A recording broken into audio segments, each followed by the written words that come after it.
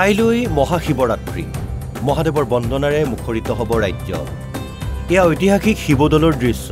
শিৱসাগৰৰ ঐতিহাসিক শিৱদৌলত বৰ্ণাঢ্য কাৰ্যসূচীৰে আয়োজন কৰা হৈছে মহাশিৱৰাত্ৰি আৰু মেলা।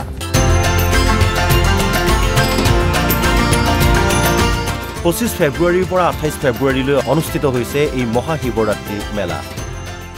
আমাৰ বৈদিক পৰম্পৰা মতে সম্পূৰ্ণ শাস্ত্ৰীয় মতে আমাৰ তান্ত্ৰিক পৰম্পৰা মতে আমাৰ পূজাভাগ হয়। আমাৰ ৰজাৰ দিনৰ পৰা যেতিয়াৰ পৰা চলি আছে আমাৰ বংশ উপৰিপুৰুষসকলৰ দিনৰ পৰা এইটো আমাৰ বংশ পৰম্পৰা হিচাপে আমাৰ পূজাভাগ মেইন দায়িত্ব, আমাৰ বৰঠকৰ দায়িত্বৰ ভিতৰৰ মেইন পূজাভাগ।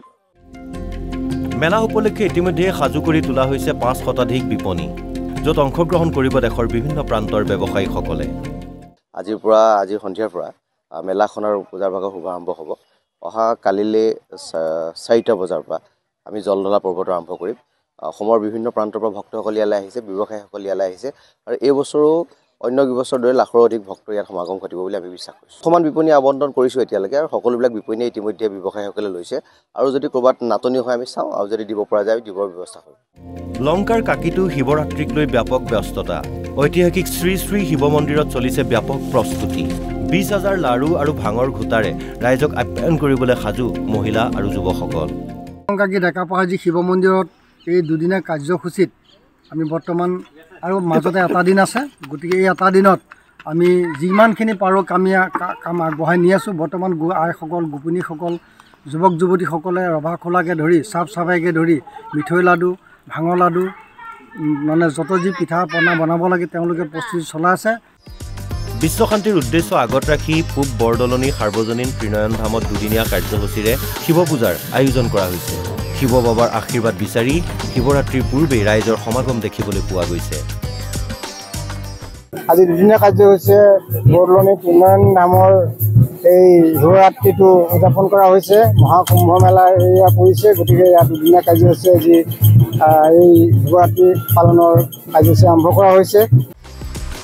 ধেমাজিৰ ঐতিহাসিক ঘুগুহা দৌল বাকৰিত 3দিনীয়াকৈ অনুষ্ঠিত কৰা হৈছে শিৱৰাত্ৰি।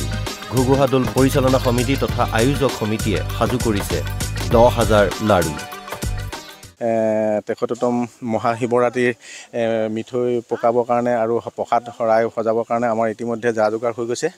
অহাকালিলৈ আমাৰ দ্বিতীয় দিনা মহাশিৱৰাত্ৰি হ'ব। সেই শিৱৰাত্ৰিত আমাৰ ভাওনা প্ৰদৰ্শন হ'ব আৰু তাৰপিছতে বিভিন্ন প্ৰান্তৰ পৰা ভক্তপ্ৰাণ ৰাইজক আমি ক্ষীৰ আৰু জলপানেৰে আপ্যায়িত কৰিবৰ কাৰণে আমি সাজু হৈ আছোঁ।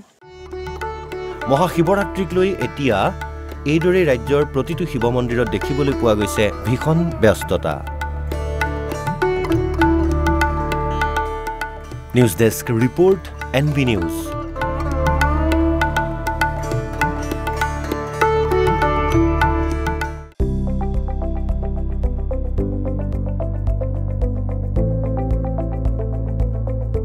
NB নিউজ, সহজ সৰল ভাষাত নৱভাৰতৰ কথা।